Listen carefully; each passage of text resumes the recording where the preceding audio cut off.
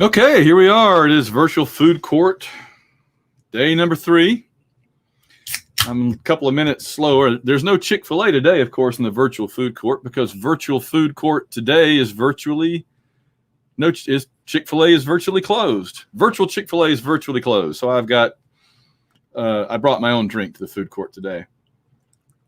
Who knew that Sunday afternoon would suddenly become like the busiest, craziest day of virtual DragonCon? But one of the reasons I was delayed just now was that as I was about to go on the air here, I noticed that and I'm going to drive half my audience away, but that's okay because I just noticed that the panel I did with David Weber and several other authors called My Favorite Character and Why I Killed Them is currently streaming live on DragonCon TV. And as near as I can tell, the way to get to that is to go to dragoncon.org and click on, let me look real quick and see. It's either the fan track or the main. I think it's the fan. Yeah, it's in the fan track category. And then also, I think the panel I did with Peter David and Paul Jenkins is airing on wherever the comics track. I've had a hard time finding I've done a ton of comics track panels this DragonCon, but I've had a hard time finding where they are. Some of them have been on the Facebook page. The John Romita Jr. panel where I interviewed him a few days ago, that one was up yesterday and it aired live, but I haven't been able to figure out how to go back and watch it on recording or share the link with anybody. So meanwhile, here we are, I've got my snacks. I'm ready to take a break. I just got through doing the Game of Thrones, Where Do You Suppose the Winds of Winter book will go if it ever finally comes out. That panel was really cool, and hats off to Chloe and the other panelists who know way more about the minutia of Game of Thrones than I certainly do. They were awesome. I was there saying, like, Jon Snow's death, it needs to mean something. It needs to be for a reason and not just it happened and, oh, look, he's better, and stuff like that. I was worried about directions, but I lack the super detailed knowledge that some of the fans have. And so hopefully I did a decent enough job just talking about general directions. So I am going to chit chat about various things. Hopefully other folks will come walking along and want to sit down and have a snack with me here. Oh, hey, Kathy. Game of Thrones panels are the best at DragonCon. Well, every year they're always fun. We always get a huge crowd in the high fantasy track. Jennifer Lang and Jimmy do a great job of running that track. They always have such interesting topics. It's neat because that track is like, the high fantasy track is like Game of Thrones stuff and Wheel of Time. I think it started out, in fact, as the Wheel of Time track, and it kind of expanded to other stuff. So it's Game of Thrones, Wheel of Time, and then other interesting fantasy topics that they come up with during the year that they want to throw in there. Like we did a thing about Beowulf a couple of years ago. I thought was a lot of fun. And there have been a few others. There have been some more academic-minded ones. There have been a couple of panels I've done on that track where everybody on the panel was a professor at some college or university here or there, and we talked about fantasy from that direction, which I'm always up for. So I think that DragonCon does a wonderful job with all literature. I mean, obviously the science fiction literature track is always great, and and then there's a fantasy track. I love the fact that we have. I mean, this is one of the things I love about DragonCon. At most panels, you just have panels, but at DragonCon there are whole tracks for separate topics.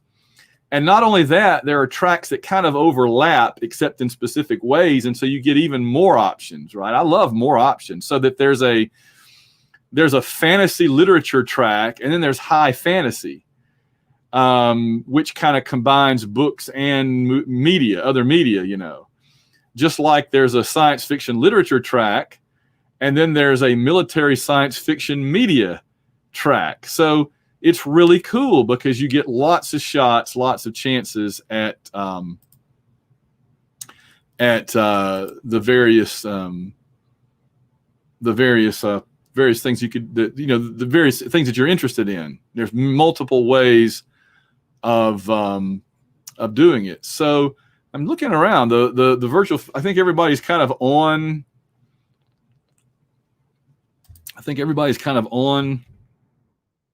Oops. Everybody's kind of on other things right now. So let me see if I can track down a few people to join us. Having to do the old working the computer while I'm talking thing, but just bear with me here. Let's see if this will work. Thing is, this has turned out to be possibly the busiest day of DragonCon, and so I'm just sort of like sending out invitations. Anybody that wants to talk. And let's see, where did you all go? Ah, there you are. Good. Okay. Oh, hey, there's somebody. Mike, I got a seat right here, man. Hey, there you are. Howdy. Pull up a seat. And oh, Kathy says she was talking about how we were talking about how there were so many great panels and so many tracks, but it's too hard to choose. Yeah, I mean, that is like the bug, right, of DragonCon, is it's when you have too many options and they're all good. Yeah. How do you decide, Mike? It's an embarrassment of riches. Well, the beauty of this year is that you don't really have to, because most of the panels are being played, they'll be played in their scheduled time. And then a lot of them are being played, after that too. They still exist on Facebook or YouTube or wherever. So I've enjoyed plenty of panels not in real time. If you can find them, that's the one thing this year, and I don't blame them at all. But we've had everything. It's kind of funny. It's like in real life, when we're there, really, it's spread across multiple hotels. When we're doing it virtually, it's spread across multiple platforms. And so, like, I wanted to share the panel I did with John Romita Jr. I can't find it. That one was only on. I missed it, unfortunately, and it was only on DCTV. The ones that are on DCTV are airing, on their scheduled times, and then my understanding is that after the convention weekend, if you pay the membership, which is only $10 a month, for the year, which is amazing, you'll have access to all of those. I don't know if there's any plans to release those otherwise. Because we did the ESW crew did a Doctor Who panel that aired as part of DCTV's panels as well, and that was at 5 a.m. So so unfortunately, I couldn't be around because I've tried to be around when my panels air on social media just in case anybody has like questions or comments or whatever. And regarding that one, I was in bed. So, but I would like to, point people to it. And I know a lot of people would have missed it because it was on so early. So I don't know if the Brit Tracks have any plans to release it outside of DCTV. If they're allowed to do that, I don't know. So, yeah, it's true because there were some advantages to being just like a Facebook track, a Facebook. Mm-hmm. The track has a Facebook page, and a lot of them were just on there. Yeah, only a handful were on the main. They were kind of the big ones, and they're harder to get to. Whereas the ones that were just posted on the Facebook, you can go watch them. Some of them, but again, I'm looking around. I'll go on the Facebook page of this track or that track, and I'm scrolling up and down. I'm like, I see stuff from 2 days ago, or I see stuff that's coming up, but where's the one from like 2 hours ago? I can't, so it's been kind of a challenge. Hey, Zachary, Zach says, let's do this. We're doing it now. We are. So, some of the tracks are, I think the American Sci-Fi Classics track and the Brit Tracks, among others, not only are broadcasting theirs through Facebook, but also via YouTube. So if you go to their YouTube channel, mm-hmm. you can check those out there. So yeah, it is crazy. You kind of have to, futz around and figure it out. Every track is doing something a little bit different, which is cool, but it's also frustrating when you're trying to track it all down. But that's sort of the fun of it, we're geeks. We're used to having to hunt for stuff, cool like stuff, right? Hunt. It's a virtual scavenger hunt. That's right. It really is. Like, yes, yeah. So, but I've been enjoying it. Because I usually am, on a lot of panels, as well as whenever I'm not, I'm at my table in the in Artist Alley, in the comics and Artist Alley. So this year I've actually gotten to watch some panels, including some of the ones that you did, and I like that a lot. I like being able to just watch panels. It's pretty fun. It's been a while. Yeah, it's funny. It was late at night, maybe Friday night or last night. I was thinking, what am I going to watch now? And then I thought, wait a minute, when was the last time that I just went and sat down and watched an actual panel at DragonCon? Just like you and me, we're so busy at DragonCon, we don't really have time to just stop and sit down and watch a panel. And the track directors and all, the volunteers and all, man, they're even busier, Yeah, absolutely. You and I at least have time to go to our tables and sell stuff and talk to people a little bit, but they don't even have, man, they're go. So I do not envy them at all. Kathy says, loving DC TV land and the old panels. Yeah, there's so many things to choose from. So many things to choose from this year. They're leaning into the advantages that we do have, right? I mean, the disadvantage is that we're not all there together, but there's the advantage that that we can do other things instead with it, like replay old panels and stuff. So that's pretty cool. The only thing I really I've tried, but I haven't really embraced is the Discord community. I've gone in there and dipped my toe in it, but it is not something that these old eyes are used to, I guess, or something. Because I just am. But apparently, Discord is blowing up with fans interacting there. So what are they doing on Discord? Help me out there. I want to. Discord is a social media sort of chat program that, as far as I can tell, and it allows you to, I think, not only text chat, but I think you can set up voice room chats. I think, and I watched the tutorial. Like I said, I created an account. I went in there a few times, but it's not something I'm yet comfortable with. I think it's mostly used by gamers. Which I am not one of. But I understand it's, for the young people. So is it chat or video or what's going on in there? I think it's mostly chat, either text-based or audio chat, I think. Because I think there's a feature where you can hear everybody. And okay. Yeah, cool. Well, I don't know. What's been your favorite thing that you've gotten to do or see so far this week? Wow. As far as being part of things, I'm always the highlight of the con for me for the last 4 years, and now this year has been the Tiki panel. So putting that together, and that went off last night. We had about 30 some people there watching. That's also kind of cool because when it airs, if you're watching it as it airs, you can kind of tell how many people are watching it with you. So you can see some numbers like that, and the response seemed to be pretty good. So I'm really happy that went off again. It's become a nice tradition that I've been part of, and I'm looking forward to the Denny O'Neil tribute airing this afternoon. That meant a lot to me to be part of that, and I'm looking forward to that. Yeah, that was the one that let's see, I recorded, right, but I was not actually on, and so that was neat to get to watch, and I thought you did a great job with that. Absolutely great job. And that was the one we did in like 2 parts, right? And they kind of I'm kind of curious to see how it works together. Unfortunately, we had some technical issues in the first part, so I think that I don't know if they bothered to clean it up or if they just my feeling is they probably just did something simple, did a simple thing and clicked it back together, and clicked both parts together and just said, here you go. So that's been, almost every panel I've done with more than like 2 people on it, there's been one person that was having technical problems for one reason or another. So I can't remember like a single panel, and I don't know how long you've been pre-recording and stuff, but I've been pre-recording for like the last month.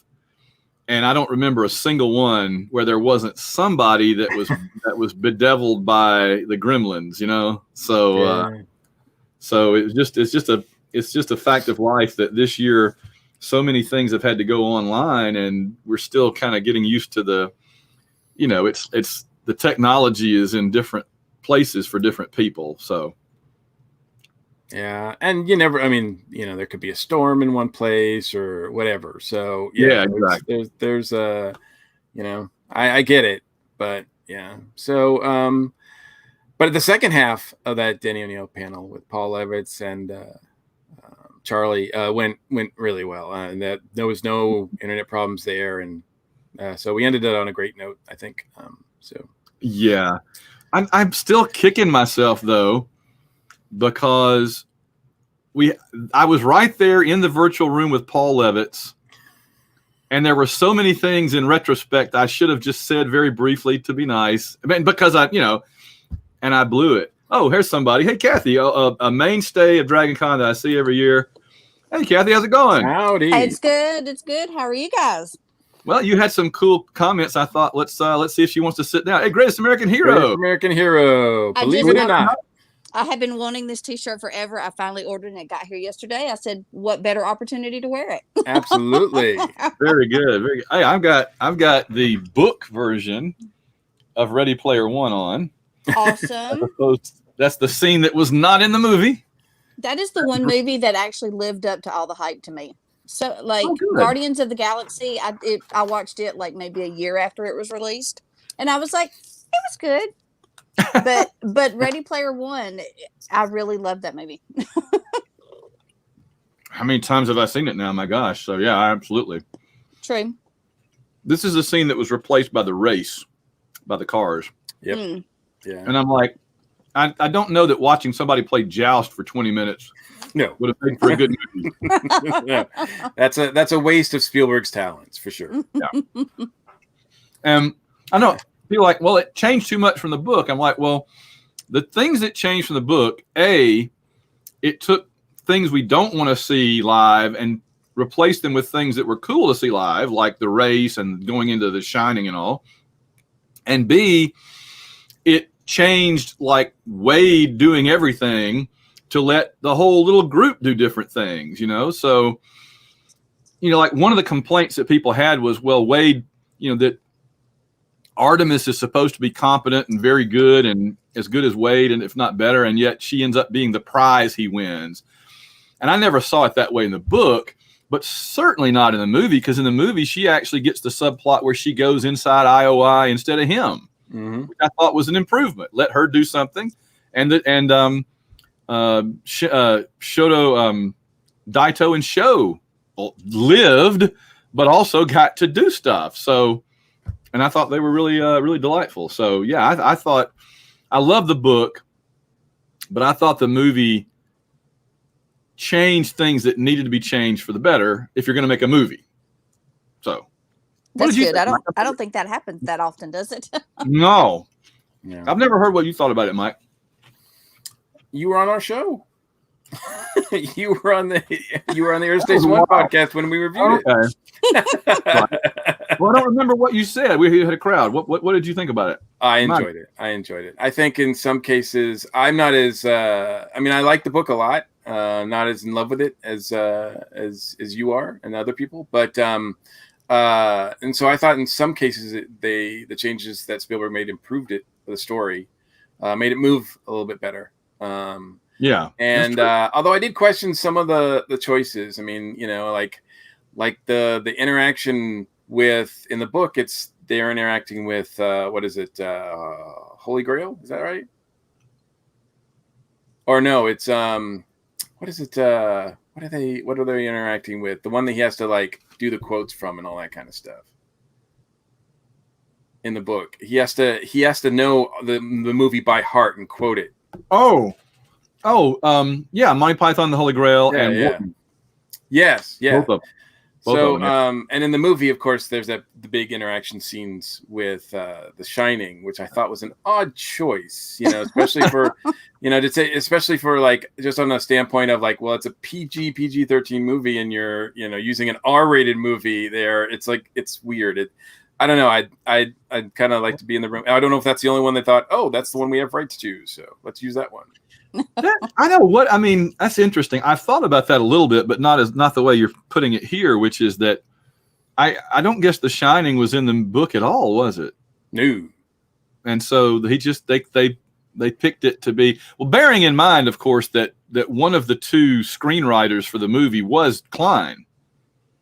So that, the choices that were made and changes, he made them. If anybody's going to make them, and they were operating under the constraints that Warner made the movie, and so they could only use stuff that Warner had or that they could license. Right. Yeah. But he knew that going in, though. In fact, he said when he wrote it, he wrote a book that was unfilmable, and immediately and yet it sold to a movie studio before it even came out. Yeah. So, yeah. I don't know. What other movie would you have put there besides The Shining? I mean, I guess you needed something that had conflict and action and moved you along. And well, now that I say that, I guess The Shining isn't the first one I think of either. It's kind of a movie, isn't it? Wow. Yeah. I bet Raiders of the Lost Ark. If they could get it's a Warner Brothers movie, so you have to go with what they have the rights to, probably. So I don't know. I don't know. I don't know what else was on the table. I would have loved to have been in that discussion though, in that room where they were discussing like, which movie we can use this one. You can use this. We don't have the rights to that one. Somebody should have done a book like that, like the making of, behind the scenes, how they decided on the Iron Giant, how they decided on The Shining, how they decided on to do the race. I've got the big art book, which is beautiful, like the production art. Oh, it's gorgeous. But there needs to be a kind of like the making of. That would be good. I would read that. Any Spielberg movie, because he's so quiet about the making of his movies usually. Like he doesn't do commentary usually on the discs, and so sometimes he kind of holds those secrets close to his vest. But yeah, that would be cool. Kathy, did I see House Stark on your cup? Yes, you did.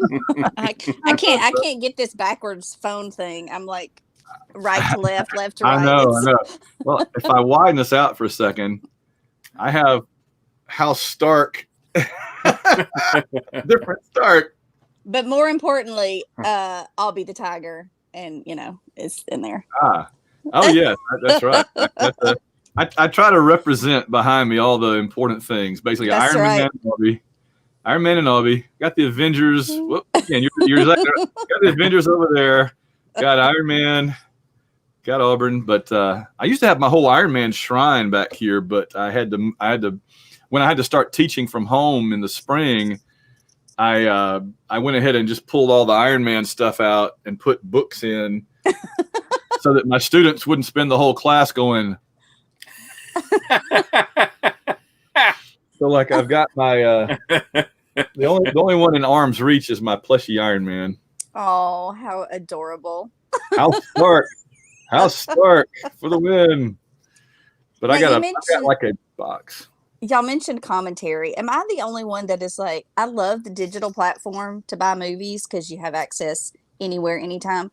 But I hate not being able to have commentary on digital.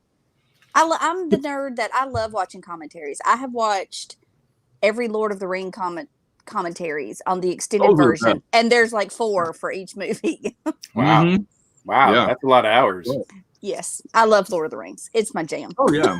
Yeah, those box sets have like 2 discs and for the movie, and then 4 discs for the commentary for each movie. Right. Oh yeah. Because especially Fellowship has 2 actor commentaries and then 2. Well, no, I take that back. 1 actor, 1 production, like Philippa and Peter, and then they have 2 special effects tracks. So here's Fellowship. This is the Blu-ray, but I think they're pretty similar. I got the DVD. Oh, the DVDs are over here. The Blu-rays over here. But yeah, you open that up, and you got like nice packaging. Yeah, got like movie commentary, and that's for each movie. It's crazy. Yep. So yeah, the Blu-ray packaging is awesome. You got the 3 Blu-rays in here. Got the map on the inside, and it folds around with a magnet and closes, and it's really nice.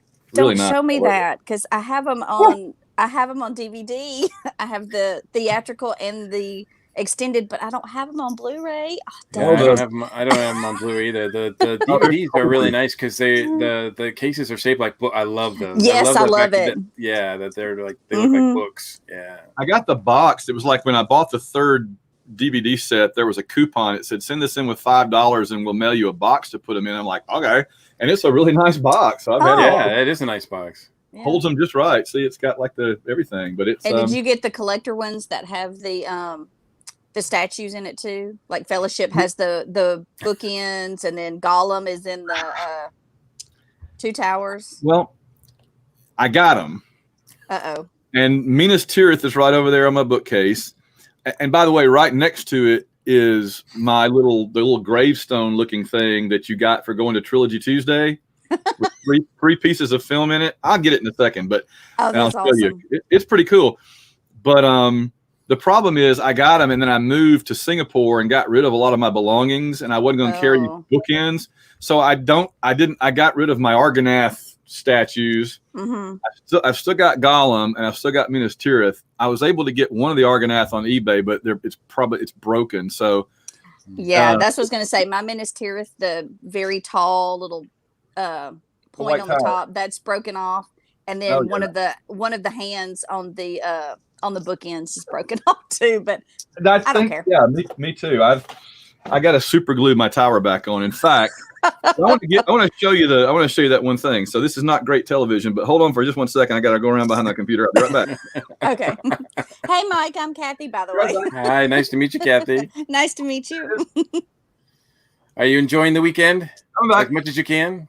Yeah, actually, I have. I didn't really do much on Friday, but yesterday I started watching on the DragonCon.org. So I am enjoying it quite a bit. I'm also binge watching the original series Star Trek. So whoa, yeah. That's always fun. Real quick. Ooh, this that's pretty. in a little blue box. Everybody that went to Trilogy Tuesday got this. And everyone is different because what they did was they took the film from each of the 3 movies and put one frame. I am so jealous right now. Let's see if you can see. It's kind of hard to see. I can describe it. If there's a light behind it, but the light's in front, so it's not going to work as well. But anyway, so my Fellowship of the Ring frame is Merry and Pippin right before the apple hits Pippin in the head that oh my gosh, Aragorn throws at him. Yes. We're talking about second breakfast. Yes. My Two Towers scene is Frodo in the water with all the dead ghosts around him. Oh, wow. And my Return of the King frame is Gandalf walking through the hallway to talk to Denethor with Pippin standing beside him, where he says, in fact, it'd be better if you don't say a word, Yes, those are great ones. It's funny. My girlfriend that went with me to this back then, this was Trilogy Tuesday in 2003. One of her 3 frames was like a black smear. It was like a transition moment, and all you saw was like. So I was like, nah. She's like, you want to swap? I'm like, no. It was a ring wraith. It was a ring wraith. I'm sure. Yeah, probably was. But I did not trade. I'm like, hence the breakup of the relationship. Well, these things happen. We got our priorities, right? We all got our priorities. Well, a little proof of how much I love that world is I had broken my foot 2 maybe 3 weeks prior to the release of the first Hobbit movie. Well, the weekend before that, they reshowed the trilogy in extended version at the theater. I was still there, front row with my boot on, foot up in the, yep. It's like I wasn't going to miss that. Well done. Very good. Oh, man. In fact, I'll tell you the story real quick. When I went to Trilogy Tuesday, they only showed it at like 10 or 12 theaters around the country. And this was when I lived in Atlanta. And my girlfriend at the time lived in Washington, D.C. She was in graduate school at George Washington. And so I would, fly up there every couple of weeks, but it was steep. But the nearest theater was one in Washington, D.C. and it sold out immediately. It was one of those things like when you're trying to get U2 tickets or something, you're clicking, and it's gone. Like, dang it.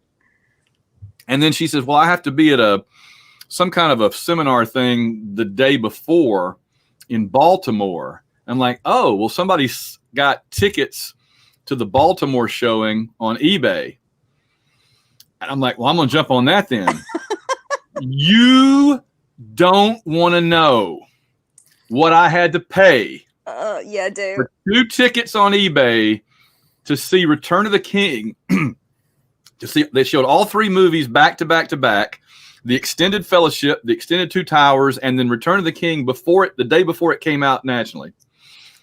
It started at 11 o'clock in the morning and went to midnight in this awesome theater in Baltimore. And I got them, and I flew up there and we went. But I picked her up at like supper time. We ate supper, and we got in line at about 11 o'clock that night for 11 o'clock the next day. We were like 35th in line. We were not anywhere near the front of the line. And immediately, and it was freezing cold because this was December 21st or whatever, right? December 19th. Yeah. And not in Baltimore, humid, cold, right? Not only that, the people behind us come up. They got their 2 tickets by winning them from a radio station for free. And they're like, yeah, we were like, maybe we'll go, maybe we won't. Let's go. And I'm just like, I basically paid a paycheck for my tickets, and these guys got them for free, and are like, I guess we'll go. Why not? You know, Yes. in retrospect, I thought back and I said, you know what I should have done is just taken like about $200 in cash and just shown up with no tickets and walked up and down that line and said $200 for anybody they'll sell me 2. And I guarantee you I would have gotten 2 within 10 minutes. But you don't want to fly all the way to Baltimore with the risk of that. With that risk, right? So I love a good marathon. To prove again, and y'all are going to go ahead and laugh at me, but how I broke my foot was the day that the last Twilight movie came out, and they were doing a marathon of all 5 movies. I was trying to get to my seat at like 10 o'clock that morning for the first movie, and because I had a specific place I wanted to sit, I fell down the stairs. Oh no! And broke my dark turn. Broke my foot in 3 places. But yet I didn't think it was broken. I thought it was just sprained, right? I sat through all 5 of those movies and didn't go to the doctor until the next day and found out it was broken. Hardcore. Wow, that is hardcore. Yeah. I salute you. That's amazing. That is, yeah, I would have been out. I would have been like, oh, done. When we were waiting to see Fellowship for the first time in 2001, I was there on opening day, and I had my little white J.R.R. Tolkien, the original edition with his painting on the cover, that white version from Valentine. And it was all in pieces, but I took it I always take stuff like that as a good luck charm when I'm afraid. Like we went to see the first Avengers movie. I had Avengers Annual number 7 with me, the Thanos. Little did I know what the post credits would be, right? I'm just there going, oh my God. But anyway, so we're sitting there waiting, hours early in line, waiting to see Fellowship of the Ring, the opening night in Atlanta. And I'm sitting there like just holding that book, clutching it, hoping that Fellowship's going to be good. I'm like, oh, please, PJ, don't screw this up. Oh, please, oh, please. And my chest started hurting. And I'm like, I feel like I'm having a heart attack or something. I'm like, and my concern was not, am I going to die? My concern, I kid you not, I'm sitting there going, I'm going to die before I get to see Fellowship of the Ring. Like, no, just hold off a few more hours and then you can, So I was really thinking that my stupid heart picked the worst time. That'd have been like if it happened right before the kick 6, Kathy. Oh, Lord. Can you imagine? I still tear up every time I see the videos because I was there. Oh man, I wasn't there. Dang it! But it's a football thing, Mike. Don't worry about it. Okay. So I've asked. I think I've asked you, Mike, but I haven't asked Kathy. So what's the one thing that COVID has delayed or that is coming up that you're like, man, we just got to get this out soon? Movie, TV show, book, whatever. What are you like? Come on, hurry up. Well, actually, I've missed 2 big events. I was supposed to, the Supernatural convention, I was supposed to go to in April. Oh, okay. We ended up deciding to get our money because it's a very expensive convention. It's not like DragonCon at all. Where It's like where was it? Nashville. Oh, okay. And then a concert that but I know everybody hates on Nickelback. I don't care. I love them. Their concert was supposed to be the end of August, and I missed that too. Oh man. So yeah, concerts are probably. I haven't told you. I went and saw a movie this week. Actually, they opened back up our AMC here in Birmingham, and went and saw Tenet on IMAX. Oh, I'm looking forward to that. They're good. I did. I really liked it. There was some issues with the dialogue. There's a lot of dialogue, and a good bit of it was difficult to understand because there were times when they were wearing masks or just the sound. You know, Christopher Nolan's known for his, the sound and music and stuff. But it was really good. Robert Pattinson, I will say, kicks ass in this movie. Like, to me, it is a prequel for him proving that he's going to be a great Bruce Wayne in Batman. Oh, good. Good. That's good to hear. Yes. Yeah, interesting. I was going to say that's the Nolan thing. Okay. It doesn't have any connection to anything. It's kind of like another type of Inception, right? Where he does his own separate thing. Right. And it's just... I know nothing about it. It's just as confusing as Inception. Oh, great. Wow. But it's... But it was good. I enjoyed it. I love the ride he takes you on. Yeah, it's kind of like, how to explain it. I'm not smart like you people, but like there's parts of the movie. She's on the wrong channel, Mike. I don't know, right? I'm like, what? Did someone just come in the room? I don't. Yeah. There's parts that are moving forward, and then there's sections that are moving backwards, and they're doing that at the same time. So, it gets a bit confusing. So, but it's really good. I was confused by Memento. I was confused by Cloud Atlas. So I'm just gonna tell you now. I love Memento. I've always wanted to go back and watch it the way they tell you to do it. Oh, like on the DVD I have, I think you can watch it in like correct, scene order. What is it? Is it like the black and whites you do? Like the black and whites you do first, yeah. First, the black and whites, like are, like A to Z, and then the color you do from like Z to A kind of thing. Yeah, yeah. Wow. I mean, I give him all the credit. I mean, he can't. And I think it's a positive. He can't tell a straight linear story. He has to always, like do stuff. And I give that a lot of credit. I mean, he's playing around with the narrative, which I love. Even he makes it interesting. It's not, it's not boring at all. Right. Did he do Shutter Island? No, that was Scorsese. Oh, okay. Scorsese did Shutter Island. Okay. Well, it had DiCaprio and that kind of. Yep. Okay. I do like how Nolan does that because Michael Caine is in Tenet. So, all right. And I had no idea that the main guy is Denzel Washington's son. Yep. I had no clue. David's son? No, is it David Washington? Michael David Washington or something like that? I know literally nothing about this movie, but what you're telling me right now. So this is all news to me. I didn't know it was. He doesn't look anything like his father, but when he opens his mouth, he sounds just like his father. Okay. Well, I said the one I mentioned Dune last time yesterday.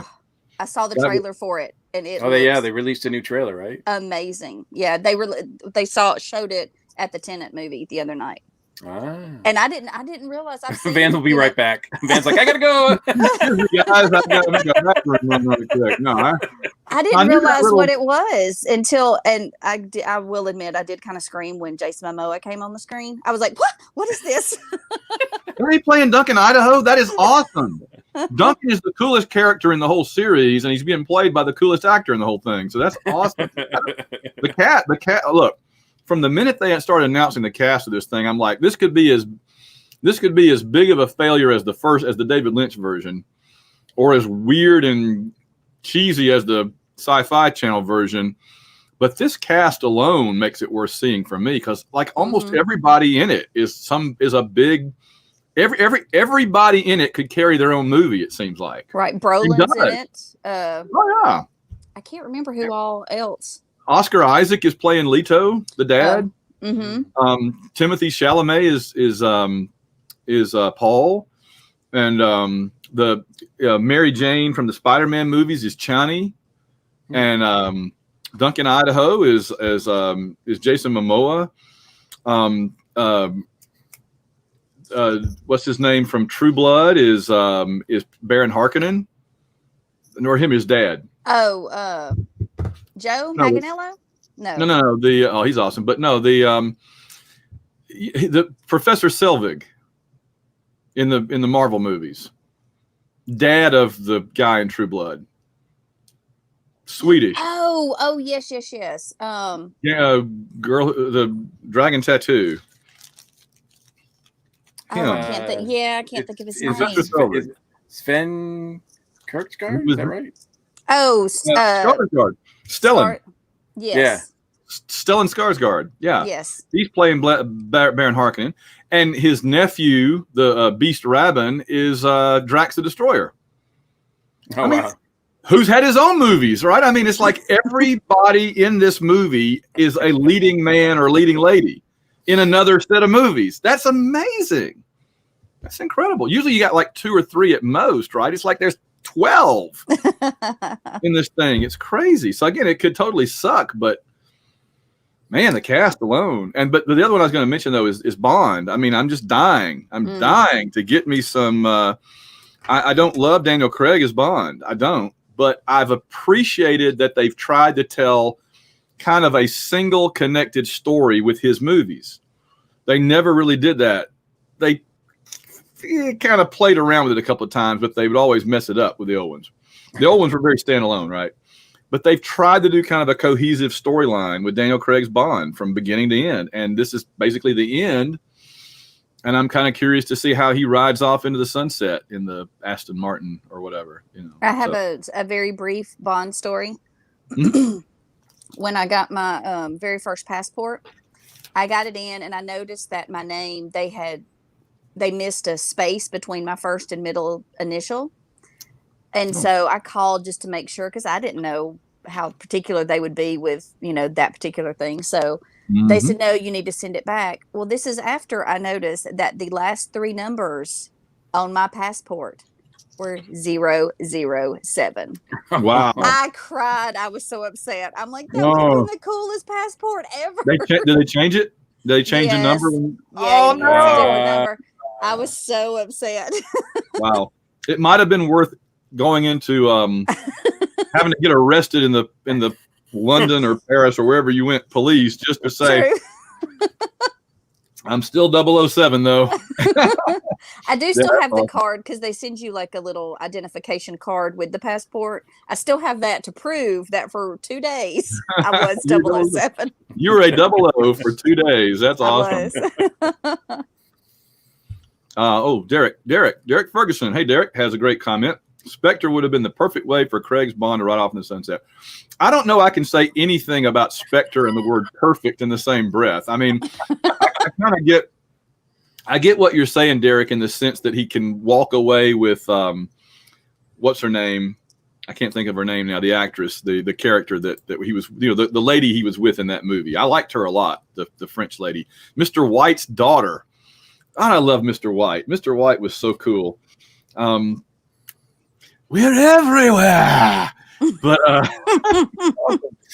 yeah, it would have been, yeah, he tells Blofeld to go to woo, and then he and she just go off together. That, yeah, I can kind of see that. But Daniel Craig is a license to print money for Sony or whoever's putting those movies out now, so they're not going to get rid of him until he gets rid of himself. Who do you want to be the next Bond? You have any thoughts on that, Mike? Who would you like? No, I never, I don't know. I can't think of anybody. I know that there's a lot of contenders and a lot of people, fan contenders, but I don't know. I think whoever it's going to be is going to be like I know there was a lot of people are saying like Idris Elba or Henry Cavill or whatever. I think those guys are too old. I think that if they go with a Bond, it's going to be a guy in his like either late 20s, early 30s. Because you want to, they're not cranking them out one a year anymore. Mm-hmm. So they're cranking them out one every 3 years, 4 years. So you want to make sure if you're gonna do at least like 3 or 4, you got to get someone who's like a teenager. Spectre was 15. Spectre was 5 years ago. Oh, wow. That's amazing. Can you believe that? It's hard to believe it's been that long. Yeah, Skyfall came out in 12, Spectre in 15. This one is in 20, we hope.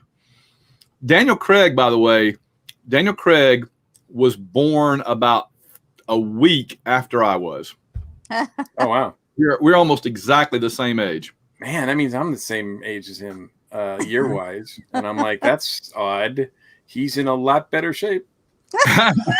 And he's making a lot more money. But yeah, he's very craggy. I mean, he's got a lot of mileage on him. I like to think that he's got more mileage on him. Of course, his mileage has been making millions of dollars as James Bond, so I can't really say anything. Yeah. I do have a Bond suggestion, but it's a very he's not. You next. Well, he's popular for different reasons, but Sam Heughan, after seeing him in that the movie that he did with the two girls, the kind of comedy. Yeah, I know exactly what you're talking about. And then because I finally watched Bloodsport. Was that the name of that movie with him and Vin Diesel? Don't know. All I know is Outlander. Oh well, absolutely. But I really think he could do a good job. I think he would be good, and it would be neat to have another Scottish Bond after Connery. Because we've kind of gone on a tour of the islands with the Bonds, plus Australia for one of them. I was gonna say. We pretty much hit the whole Commonwealth. We haven't had a New Zealand Bond yet, but otherwise, or Canadian. But I'll be willing to go to New Zealand to find one. If that's my biggest bucket list item is get to New Zealand one day. There you go. Well, and visit Hobbiton. But yeah, but yeah, I think he would be good. And he's so good on Outlander. I've always said, and this is more obscure, but James Clavell's Taipan, where it has Dirk Struan, the Scottish captain of the fleet of ships that battles the Chinese and the Russians and everybody. I think that he would be awesome. He was that character was played by Brian Brown in the movie that came out in the 80s. And I think that Heughan would be even better. That's the guy from FX, right? In that Brian Brown? Okay. He played Dirk Struan in the movie that Dino De Laurentiis made in the 80s. And it just kind of crammed this whole big sprawling story into like 2 hours, and it didn't do it justice. But if they did like the proverbial Netflix or HBO 10-hour maxi series, I would love to see Sam Heughan up there as I'm Dirk Struan. Ah, my God, he would be awesome in that role. I've tweeted at him 100 times. You need to play Dirk Struan. You need to play Dirk Struan. He probably hates me now. Like, who is the Dirk Struan guy? But see, now if you ever meet him in person, you can bring that up, and he'll know exactly who you are. That's right. But we love that show. It's so good. The Bond I want is Aidan Turner, and who played Poldark and was one of the dwarves. He was one of the dwarves, believe it or not. He was one that was in love with the elf girl, right? Correct, yes. I think so, yeah. But he's so good in Poldark. If you just give him a haircut, The elf girl, a.k.a. Evangeline Lilly, the wasp, and, The wasp, yeah. Okay, it took me a second. They got makeup on. What? I can't be responsible for this. But, I think that he would be good. But I agree with you, though, Kathy, that I think they're going to want to go younger and have somebody that they can use. Like I said, Mike, they're putting them out so seldomly now that you need somebody that's not you do 2 movies and they're 60. Yeah. Yeah. You need, So, it's hard to believe Daniel Craig has been Bond in real time longer than anybody, including Roger Moore. Yep. And yet he's only done 4 movies. Yeah. Some would say 3.5. But, because Quantum of Solace is like a really good movie and a really bad movie kind of glued together. In there, I have not, I did the rewatch with you guys, you and Alan, on your podcast because I was following along, cool. and I stopped after Dino of the Day, so I haven't done the Daniel Craig ones yet. I've kind of been, but now that the new movie coming out, I'll probably get back on that because I want to rewatch all the Daniel Craigs, binge that before the new one. They're better in a row. I think you did the right thing because the Craig ones I think are better in a row. Yeah, I'm because I haven't seen Quantum of Solace in its entirety since I saw it in the theater, so I'm looking forward to having that be connected in that way. So go ahead. No, go ahead. I was just gonna say, I try every time I try to do a rewatch of all my Bond films. It goes back to that whole commentary thing. It's like I want to watch the movie and then I want to watch the commentary after before I start on the new movie. So I end up giving up because it just takes me way too long. Yeah, there's a lot of them at this point. Yeah. Well, the thing about Quantum of Solace that I would point out is the opening car chase. I think is one of the best car chases in history of the series. And there's a set piece at the opera. And those two scenes, and I think there's also a scene in Siena with the horse race that goes around the center of town that was also in the Winds of War. And those three set pieces are good. Everything else in the movie is terrible. It's the movie with Mr. Green. Oh, Mr. Green. Wow. Mr. White is awesome. Mr. Green is nuts. What about Professor Plum and the conservatory? Yeah, really. Well, I think they were going the color route with Quantum as opposed to the number route with Spectre, because they didn't have the rights to Spectre. You know, in Spectre it was number 1, number 2, number 3, and they needed to get away from that, so the Quantum had the colors. Yeah. But once they got Spectre back, they're like, screw Quantum.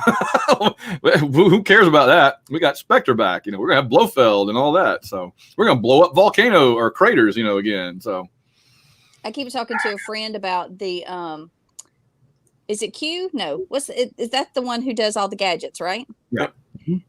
I think it should be the dude who was at the Flash in Justice League. Ezra? Yes, Ezra Miller. I think that would be kind of hilarious. I'm trying to visualize him when he's not the Flash. I guess I just don't know him well enough to be able to pass judgment. Does that do anything for you, Mike? I don't know him very well. I do. It's going to be curious to see when they do get a new Bond if they're going to recast everybody again, or if they're just going to keep, you know, some people, because they've kept some of the other people before. That's right. So which makes a continuity nightmare. For those of us who are just like, I mean, look, I like a good Elseworld story or What If, as much as the next person. But man, sometimes I just like continuity too much, and it just drives me crazy sometimes. I know. I've always thought maybe I need to be a continuity expert on the set because it drives me crazy too. Derek, I mean, especially when you're looking at from like you're focused on the person in the foreground, but the back of the heads in the foreground, and you can see them still talking when the other person's supposed to be saying their lines. Things like that just drive me batty. Oh yeah. They have people they pay to watch for that kind of stuff. They do. They do. Gotcha. But sometimes you just got to do what you got to do. Like, you know. Yeah, he said Henry Cavill. I like Henry Cavill a lot, and he might as well check off every major hero. I mean, he's been Napoleon Solo. He's been Superman. I guess, might as well be James Bond. Let him be Indiana Jones. Why not? I mean, he's, he's kind of the big square-jawed, rugged-looking guy, I guess. So I remember I liked him in that movie with the Tudors, the spy movie that he did. That was Napoleon Solo. Yeah, was Uncle, Man from Uncle. Yeah. Yeah, and I liked him in the last Mission Impossible too. I thought he did a good job. I forgot he's in that too. Yeah, he's in everything. He really has been. He was like a friend of Henry VIII on the Tudors. Yes, his best friend. Yeah, I never did finish that series. Once they killed off Anne, I stopped watching. Yeah, she was the what's his Netflix show? I haven't watched that yet. Witcher, right? Yeah. Yes. I haven't either. I started it and then I wasn't paying enough attention, so I was like, I'm gonna have to start over and focus. You can't multitask and watch that show. All the fantasy people I know love it. So, and their books. I think it has isn't there something like it's got an Eastern European angle to it that makes it kind of different from Tolkien style fantasy? I think maybe that's the deal. I'm not for sure. It's very dark. It seemed to me it was very dark.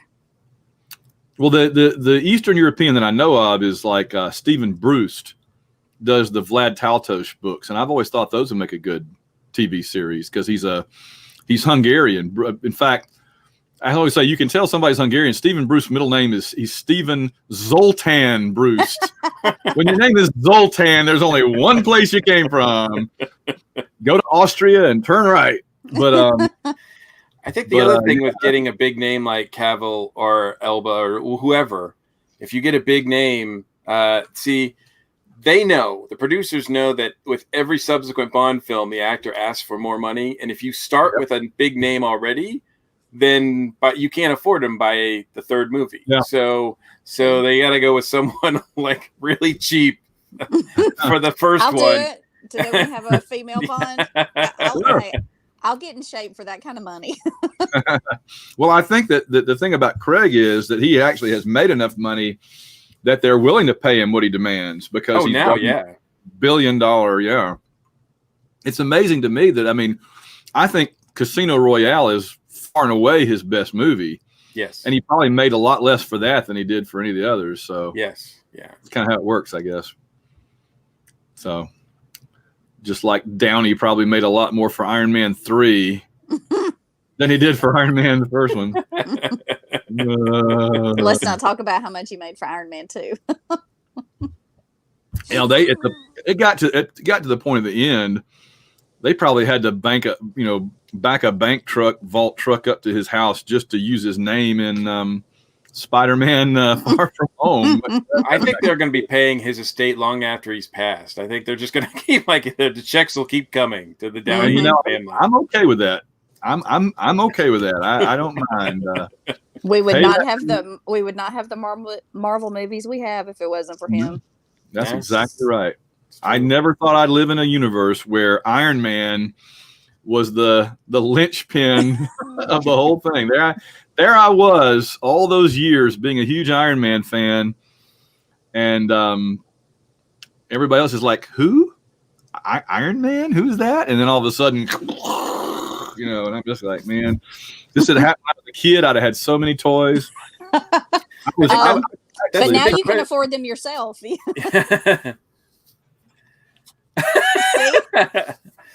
That's the big question going forward. I trust that the powers that are doing the Marvel stuff because they haven't, messed up yet. But going forward, it's a completely new ball game, and I'm curious to see what their plan is. Yeah, a post Stark MCU. Well, I'm of the opinion, and I wasn't really before Chadwick Boseman, but you no longer have Tony Stark. You no longer have Downey. You no longer have Chris Evans. You no longer have, at least in the contemporary, Black Widow. And now you no longer have Black Panther. I'm talking in terms of the actors. Yeah. It's getting to the point that what I would like them to do now is just finish out what they've got. And that may take a few more years. That's fine. But just go ahead and give us our give us our movies with Doctor Strange and Scarlet Witch and the Vision. I want to wrap that.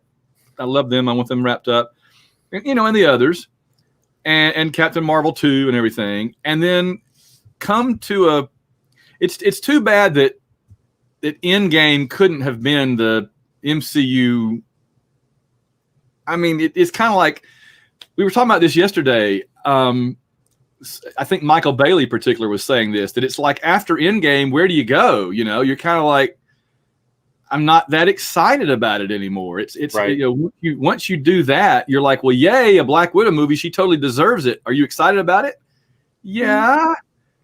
Yeah. Are you as excited as you would have been 3 years ago? Oh no. 3 years ago, I'd have been like, Black Widow. Yeah. So I kind of wanted to bring it to an end, give it a year or two, and then start the whole thing over as just start from the beginning again, but in a different way. You know what I mean? Like you don't have Thanos this time, you have Kang or something. And, you have, and maybe you don't focus so much on, I hate to say this, on Iron Man and Captain America. Maybe you try to promote other characters, a little more diverse, whatever. And just do the Ultimates or something. Just do it in a different way. What do y'all think? Yeah, I'm not, I like the MCU.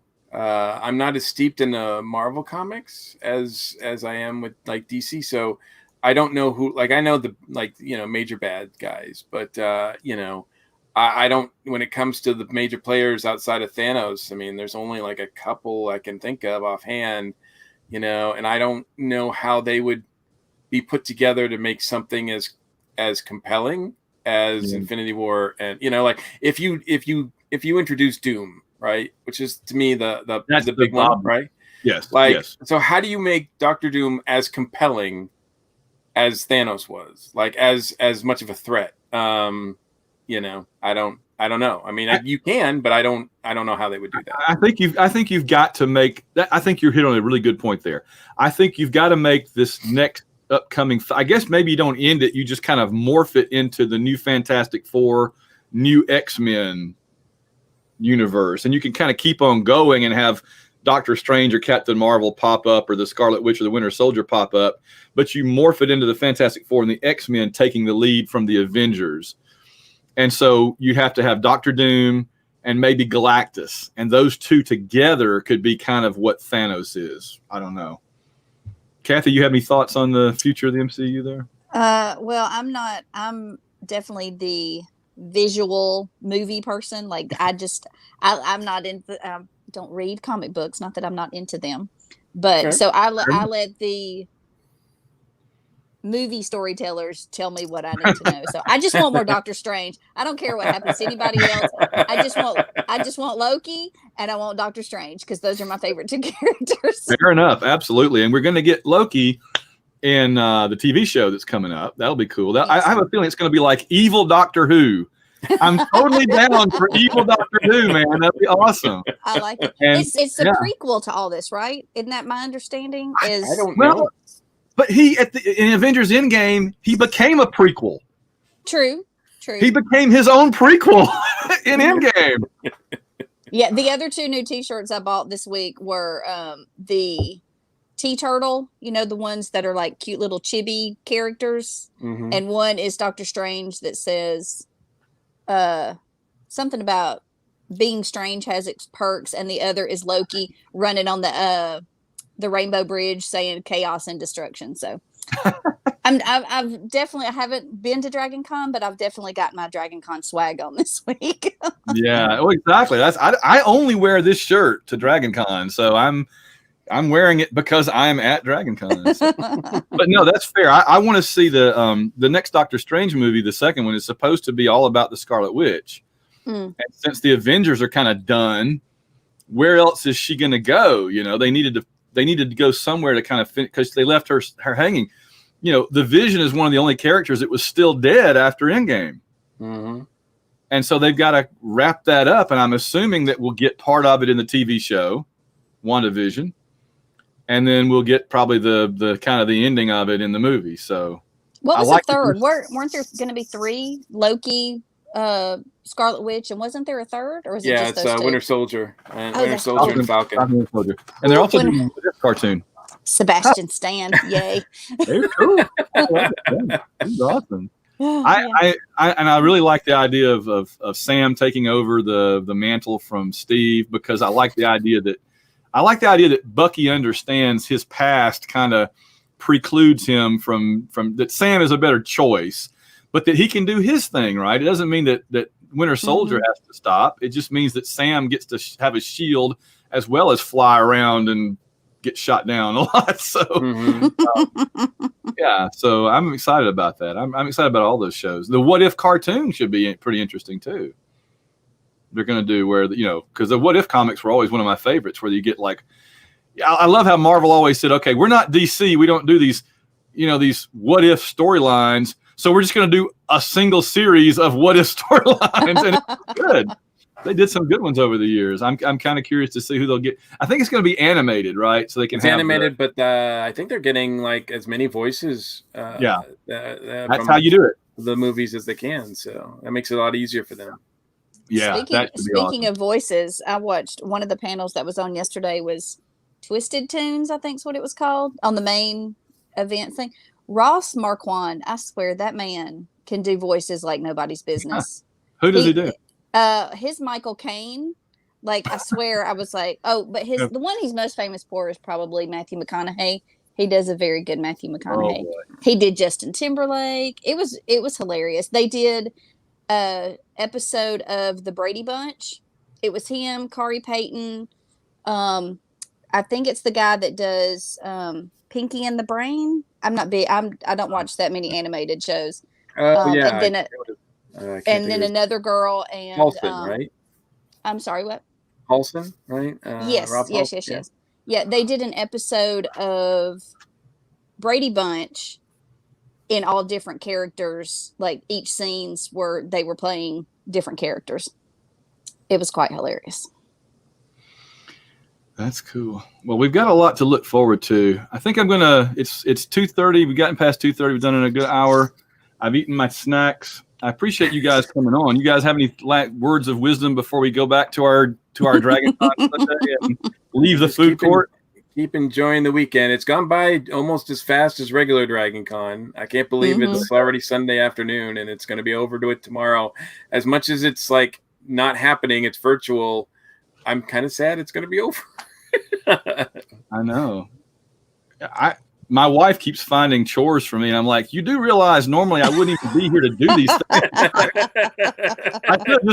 I should have just driven like one city over and stayed in a hotel all weekend with a good connection.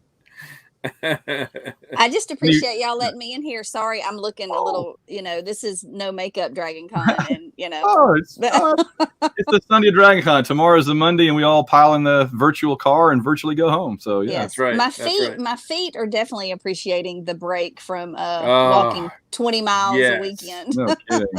Yes, my feet don't hurt near. And the travel expenses were a lot lower this year. I was saying before, it didn't cost near as much to go to DragonCon this year. No. So in terms of gas or plane ticket or whatever. So yeah, it worked out. But I will say I am glad they finally did the cancel, because if I would have lost the money from the Westin, I would have been highly upset. Oh man, yeah. Wow. Ooh, yeah. I got my Westin room for next year. Whoop, me too! No. Yay! Jared and I get an Airbnb, and he handles all that through his like Air Force connections or something. So we're out in weird neighborhoods, and I risk my life coming in every day, but it's cheap, so it works out pretty well. All right, gang, I appreciate y'all stopping in. It's always good to see you, both of you, and honestly, I've never been with the two of you at the same place at the same time before. No, but you are both two of my favorite people I get to see there, and so it's neat to get to spend some DragonCon time with you guys. Always good hanging out with you, Van. It was nice meeting you, Kathy. Nice to meet you too, Mike. And War Eagle, man. War Eagle. War Eagle, as always. All right, we're going to get on out of here.